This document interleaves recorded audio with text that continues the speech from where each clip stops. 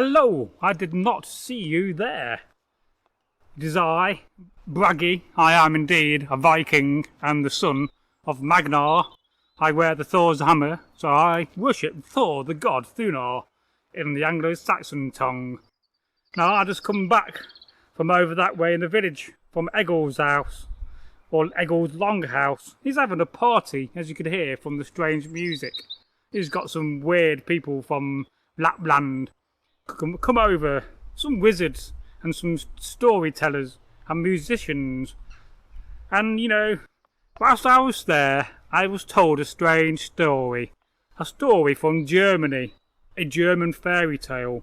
And I thought to myself, you guys and girls would love to hear that. And it is indeed the story of Rumpelstiltskin. Now, before I tell the story, let's just talk about who he was. He was a dwarf, and a dwarf that was well known for going around the land and making bargains with people. And this is what he did in the tale. He made a bargain with a miller's daughter. And if you want to know more, you have to watch, won't you? So, many times, many years ago in fact, in the land of Germany, for this is a German folk tale, although some say it is much older and goes back 4,000 years, but we'll talk about that at the end. There was a miller, and he was a very, very poor miller. He had a long house, it was very tatty, and he had a mill, and it was powered by water. Something at the time was revolutionary.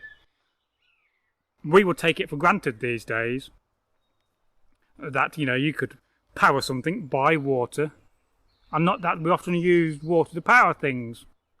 But this is what he did. He had a wheel, and it turned, and he could get wheat in from all the farmers, and he could crush it into flour and send it to the bakers.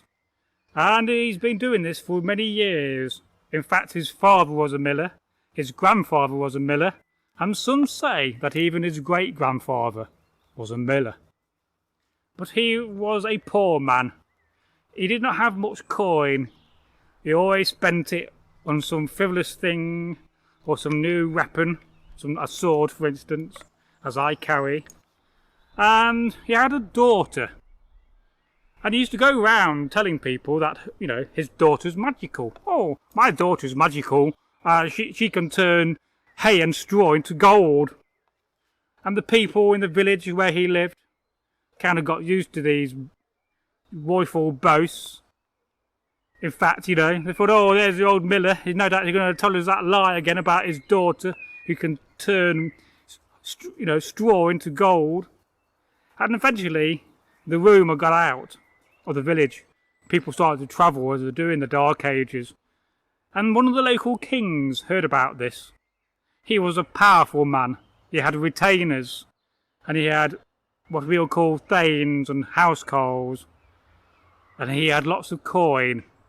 But he was a greedy man. He always wanted more gold and more wealth. And one day a man came up to him and said, have you heard about this miller who claims that his daughter can turn straw into gold? Well, his ears picked up. And he thought to himself, whoa, I could teach this miller a lesson not to go around boasting about things that are not true. And so one day he sent a retainer out and said, you must go and fetch the miller and his daughter, his only daughter, and I want it proved whether she can turn straw into gold. And so the retainer went one fine morning. It was most probably a Wednesday, Rodin's Day, in the Saxon tongue and Odin to the Vikings.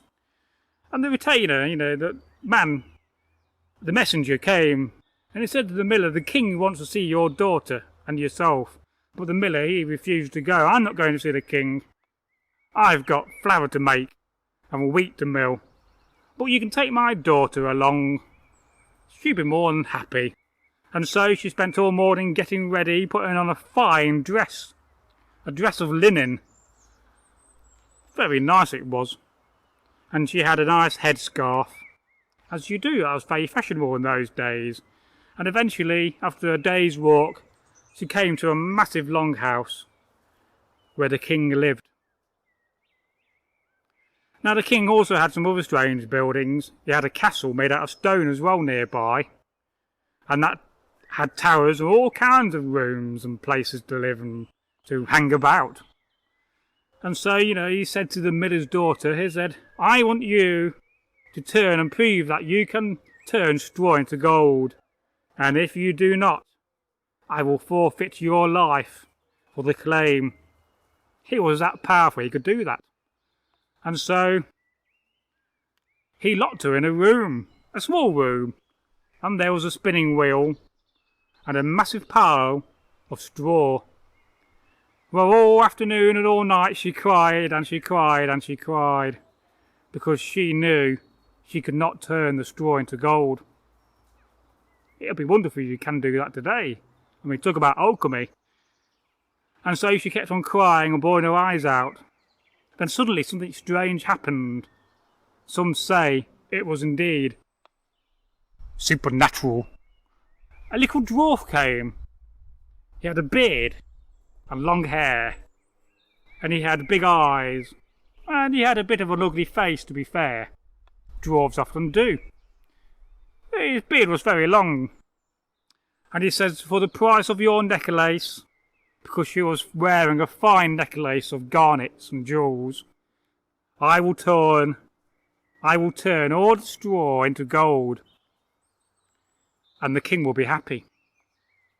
And so she agreed to this, and all night the dwarf sat at the wheel and magically spun the straw into gold.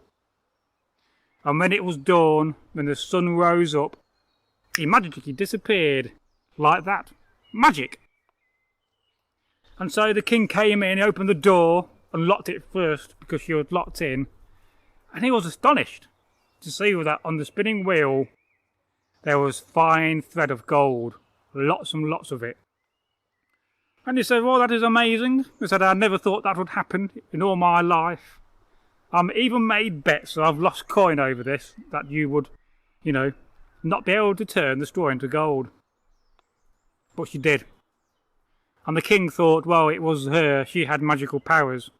He did not know about the dwarf Rumpelstiltskin, for he kept himself secret, as he often does in these tales. And so, thinking, the daughter of the miller thought, oh, I can go home now. Haha, that was not the case. The king said, well, you must prove to me again that you can do this. And so he took her by the hand and he dragged her to another room in the old stone castle. It was a much bigger room, and again there was a spinning wheel made out of wood, a little bench you could sit on, little stool, and it went round and round with a foot pedal. Clever stuff. And there was a much larger pile of straw, twice the size from the night before. And so again the daughter of the miller cried and cried because the dwarf did not appear, and she thought that she would forfeit her life because the king said, if you do not do this, I will kill you, and that'll be the end of your life. Oh, what a nasty king he was, what a bully. And then suddenly it was getting dark, the sun was setting, and the dwarf, Rumpelstiltskin, appeared again, with his long beard, and his spotty bulbous face, and his long hair. And he said, for the price of your ring on your finger, I will turn all that straw into gold. And so she had no choice. She agreed to this. Oh yes, please do, Mr. Dwarf, Mr. Rumpelstiltskin. And, all night he sat on the spinning wheel and he got the straw and magically he spun it into gold, a fine gold thread. And all night he spun, and he spun and he spun, until none of the straw was left. And there was a little bit of time to go before dawn. And he said, give me the ring, for the deal is done. You have your gold, and I must go. And she took off the gold ring with a nice jewel, and the dwarf, Rumpelstiltskin, as you know, disappeared. And again the king came to the door, he locked it with a big key, an iron key, and he stormed in. Right, wow! He was amazed again, because he did not think it would happen for 2 times in a row, twice. And again, when he saw the spinning wheel, there was nothing but gold thread on the wheel. And he was amazed by this. He said, "You are truly magical, my dear. But for a 3rd time you must prove it to me. And this time I will not kill you if you do not fail. If you win and you make straw into gold, I will marry you and make you my wife." And so the 3rd night came, and again she was upset. She cried and she cried until it was dusk and the sun was setting, getting lower and lower and lower. Then suddenly the dwarf, Rumpelstiltskin, appeared magically out of nowhere in a puff of smoke. Kaboom! Like that. Maybe did not say those words. And he said, "My dear, what have ye got to trade now?" For he was well known, was Rumpelstiltskin, for making a bargain and making a trade. And she said, "Well, I have nothing to trade. You have my only necklace and my only ring." Well, Rumpelstiltskin, he felt very sorry for the miller's daughter. And he said, "Well, I will turn all the straw," and there was indeed another massive pile of straw in this room where she got taken to for the 3rd time. A much larger room with 2 windows this time. Oh, how joyous. And another spinning wheel. And said, "I will turn that straw into gold. And, you'll give me your firstborn child when you have a child with a king. But," he said, "if you can guess my name within 3 days of the child being born, I will not take the child, and you can have the spinning of gold for free." And so she agreed to this. As you can imagine, she had no choice. And again the dwarf, Rumpelstiltskin, sat on the spinning wheel on a little bench, a little seat, and all night he got the most massive, enormous pile of straw, and he spun it into the finest and purest of gold. It is often said that kings love gold, and this king certainly did. And again all night he spent spinning and spinning and spinning, whilst the miller's daughter slept on a nice bed, ironically made out of straw. And, in the morning the sun was rising, it was getting quite late. Suddenly the dwarf finished. He said, "I've done now, my dear. You have your gold, and I have my bargain of your first child, unless you can guess my name." And so, again the king came to the door of the 3rd room, the much larger room with 2 windows, and he was astonished. He looked for the straw pile. There was none. There was just 1 bit of straw on the floor, ironically. As a bit of a joke, I guess, by the dwarf Rumpelstiltskin. And he looked at the spinning wheel, and it was completely filled of gold thread. He was very happy. I think you would be too. And he says, "My dear, I will now marry you and make you my queen, my wife, and we will have children and a long life."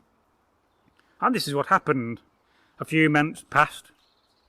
They got married in all the fineries. She wore a lovely linen dress.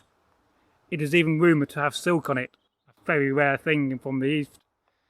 And it was embroidered with the finest of patterns and motifs from the Dark Ages.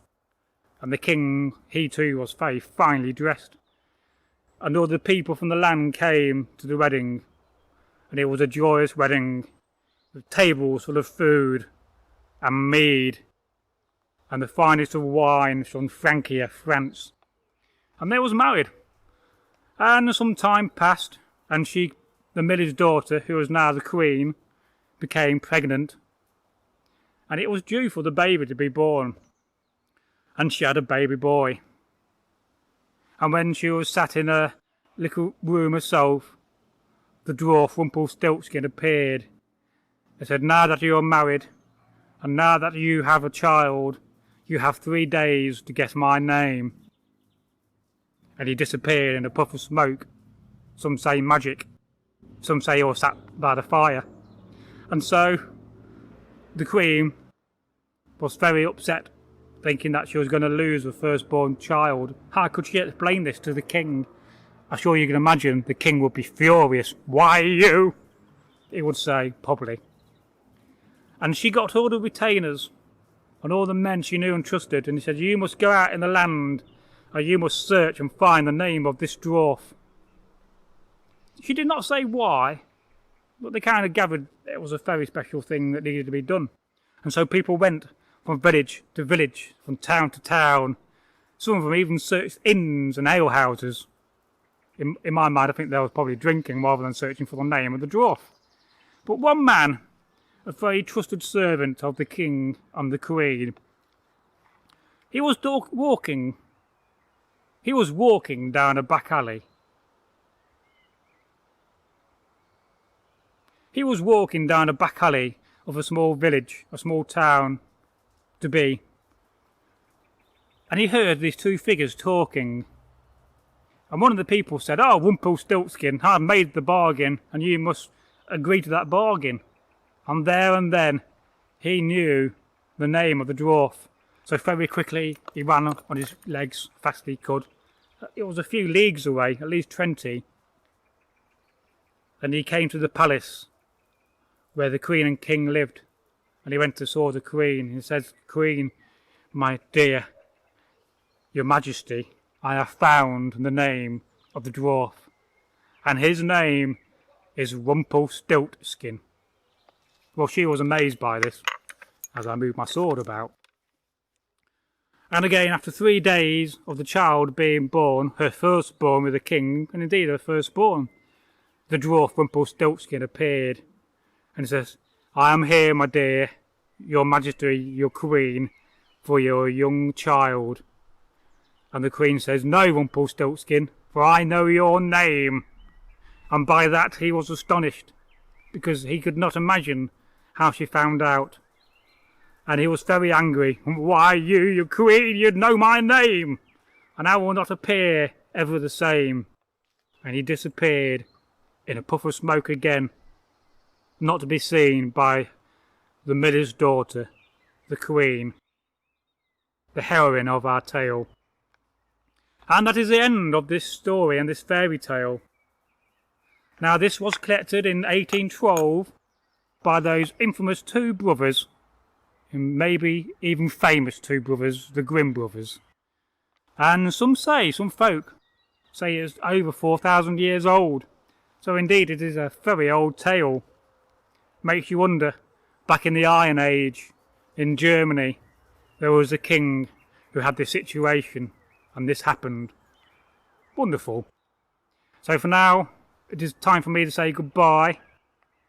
If you meet a dwarf in your longhouse, and his name is Rumpelstiltskin, do not make a bargain with him, for you too may end up searching for his name. I must go now because I'm going back to Eggel's party. The music has stopped, but no doubt it will continue when the mead flows and the ale is ready. It has been brewing for a few days. And I must put my sword in his entryway of the longhouse. That is what we often do in the Viking times, where you cannot take your weapons in a longhouse. You have to put them on the weapons rack, so they're safe. Of course, I've got a little knife in my bag. Goodbye, folks. And if you're new to the channel, you should click up there and subscribe. Oh, definitely do. Well, we love folk tales. We have told many, and we're going to tell many more. And I'll have Eggel tell this tale for you. It'll be a lot shorter, but it'll be just as good in his own little way. Oh, little Eggel and his little legs. Well, imagine him running down a hill. Goodbye, folks. Who put that tree there?